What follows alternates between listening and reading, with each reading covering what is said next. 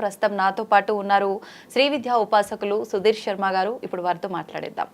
నమస్కారం అండి. నమస్తే అండి. కొన్ని మనం అంటే తెలిసి చేస్తాము, కొన్ని తెలియక చేస్తాము. ఏదో రకంగా ఎదుటి వాళ్ళకి ఇబ్బంది కలిగిస్తూనే ఉంటాము, తెలుసో తెలియకో. అలాంటివి కూడా మనకు అంటే జన్మ జన్మలకు వెంటాడే అవకాశం ఉంటుందంటారా? ఇప్పుడు జన్మజన్మలకు అనుకోండి, ఇప్పుడైతే కలికాలం కదా, ఇప్పుడంతా ఆన్ ద స్పాటే. పరోపకార పుణ్యాయ పాపాయ పరపీడనం అని చెప్పింది. మందికి మంచి చేస్తే పుణ్యం, ఇబ్బంది కలిగిస్తే పాపం. సింపుల్. కాబట్టి మనం సాధ్యమైతే ఎవరికి నొప్పించకుండా పక్కకు ఉండడం, ఏమన్నా మంచి చేయగలుగుతామని మనం వెళ్ళిపోయి మంచిలో పాల్గొనడం చేయటం. సో ఇవి మనం బ్యాలెన్స్ చేసుకుంటే అంతే కదా. ఇప్పుడు ఎవరినో మనం మాటల ద్వారా నొప్పిస్తే వాళ్ళ మనసు గాయపడుతుంది, చేతి ద్వారా ఎవరైనా కొడితే వాళ్ళు శారీరకంగా ఫిజికల్గా ఇబ్బంది పడతారు. సో ఇవన్నీ మనకు ఒకటి శరీరానికి సంబంధించింది, ఒకటి మనసుకు సంబంధించింది. ఇవి రెండు బ్యాలెన్స్గా ఉంటే మనకు అన్ని కర్మలు బాగుంటాయి. అందుకే ఒకటే ఉంది, ఒక డేంజరస్ వస్తువు ఒకటి ఉంది మనకు ప్రపంచంలో, నాలుక. దానికి ఇవ్వకుండదు. మీరు మంచిగా మాట్లాడితే మిత్రులను తయారు చేస్తుంది, మంచి ఆహారం తింటే మంచి ఆరోగ్యాన్ని ఇస్తుంది. సో అన్నిటికీ ప్రధాన కారణం నాలుకే అంటారు. అది నిజమే, అంతే కదా. అవునా కదా? అవునవును. దాని ఒక్కదాన్ని జాగ్రత్త పెట్టుకుంటే అన్ని బాగుంటాయి. అవును. అందుకే కొన్నిసార్లు మౌనంగా ఉండడం చాలా ఉత్తమం అంటారు. ఏమీ తెలియనప్పుడు మౌనంగా ఉండడం అలంకారం అంటారు. మౌనం భూషణం అపండితానాం అని చెప్తుంది శాస్త్రం. ఏమీ తెలియనప్పుడు, మంచి సభలో ఉన్నప్పుడు నీకేం తెలియదు, అప్పుడు నువ్వేం చేయాలి? మౌనంగా ఉండాలి. అది మనకే మంచిది, అంతే కదా.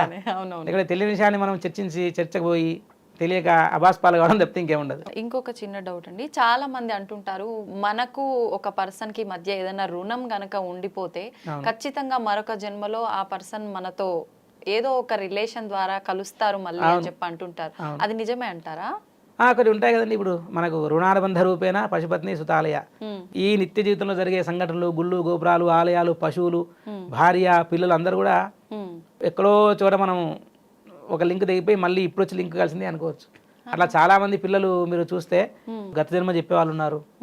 సో అదంతా భగవంతుడి యొక్క లీల. సనాతన ధర్మ సిద్ధాంతమే పునర్జన్మ కదా. పునర్జన్మ లేకుండా ఉండడానికే ఇన్ని కర్మలు. జన్మరాహిత్యము, నాకు ఇంకో జన్మ వద్దు అని చెప్పడానికే ఇన్ని పూజలు, పునస్కారాలు, తపస్సులు, దేవాలయ దర్శనాలు. అంటే మళ్ళీ మనం జన్మ తీసుకుంటున్నామంటే మన కర్మ అనుభవించాలి అని. అందుకే ఎలాంటి కర్మ లేదు, అంత పుణ్యకర్మే ఉంది, మొత్తం పాపం క్షయం అయిపోయింది అన్నప్పుడు మనం ఇంక మనకి మళ్ళీ జన్మ లేదు.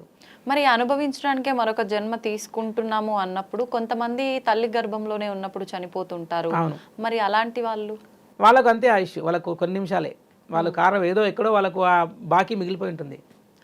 అందుకని చెప్పి మనకు క్షీణే పుణ్యే మర్త్యలోకం విశంతి అని ఉంది. మా కృతాలం గురుగారు చెప్తారు, మనుషులందరూ దేవతా స్వరూపాలున్నాయ్యా, కానీ వాళ్ళ పుణ్యకర్మ ఎప్పుడైతే జీరో అయిపోయిందో మళ్ళీ భూలోకానికి వస్తారు.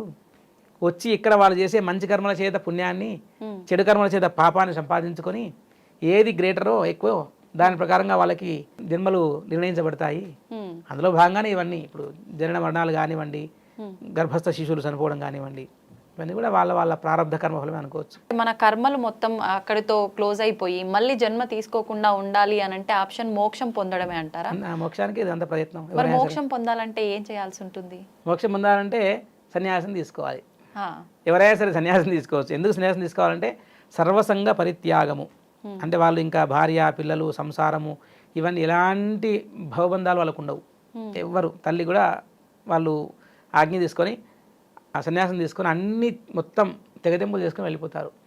సత్ న్యసహ, మంచి యందు వారు ఎప్పుడు ఆలోచన కలిగి ఉంటారు.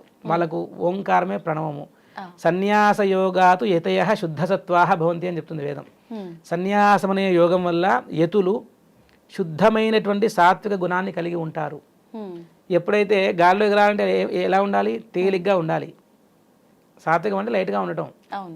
ఎప్పుడు వాళ్ళు భక్తి అనేటువంటి గాల్లో తేలుతుంటారు కాబట్టి, భగవంతుడి దగ్గరగా ఉంటారు కాబట్టి వాళ్ళకు వేరే ఎట్లాంటి బహుబంధాలు, భార్య, పిల్లలు, సంసారము, అప్పులు ఏమీ ఉండవు. ఓన్లీ ఓంకారం, ఓమిత్యేకాక్షరం బ్రహ్మ అనేటువంటి దాన్ని పెట్టుకొని వాళ్ళు ఎప్పుడు భగవంతులు నిలబడి ఉంటారు. ఇప్పుడు కలికాలంలో మోక్షానికి సోపాన మార్గము సన్యాసం, లేదా 2 మార్గాలు ఉన్నాయి. అంత్యకాలంలో కాశీలో వెళ్ళి కాలం చేయటం, లేదా అరుణాచలం వెళ్ళి దర్శనం చేసుకోవటం. కాశ్యాంతే మరణాన్ముక్తి అని ఉంది. కాశీలో ఎవరు చనిపోయినా మోక్షం అని చెప్పారు. కాశీలో ఎవరు వెళ్ళి కాలం చేసినా వాళ్ళకి మోక్షమే, వాళ్ళకి ఇంకా జన్మ లేదు. మళ్ళీ కాశీలో చనిపోయిన వారి చెవు ఏదో పైకి ఎత్తినట్టుగా వారికి పరమేశ్వరుడు వచ్చి రామంత్రం చెప్తారని చెప్పి మనం వింటూ ఉంటాం ప్రవచనాలలో. నిజంగానే ఉంటుందండి అలా? చెవు ఋషుల చేత మహానుభావుల చేత చెప్పడం విషయం ఏంటంటే అక్కడ పరమేశ్వరుడే సాక్షాత్ రామనామం అని చెప్తారు వారి చెవులో. అది తారక మంత్రము, అంటే తరింపజేయనటువంటిది, అన్నిటిని దాటవేయనటువంటిది అనే మంత్రము. అది చెప్పడం వలన మా మనుషులకు పునర్జన్మ లేదు. శ్రీమాత్రే నమః. ధన్యవాదాలు.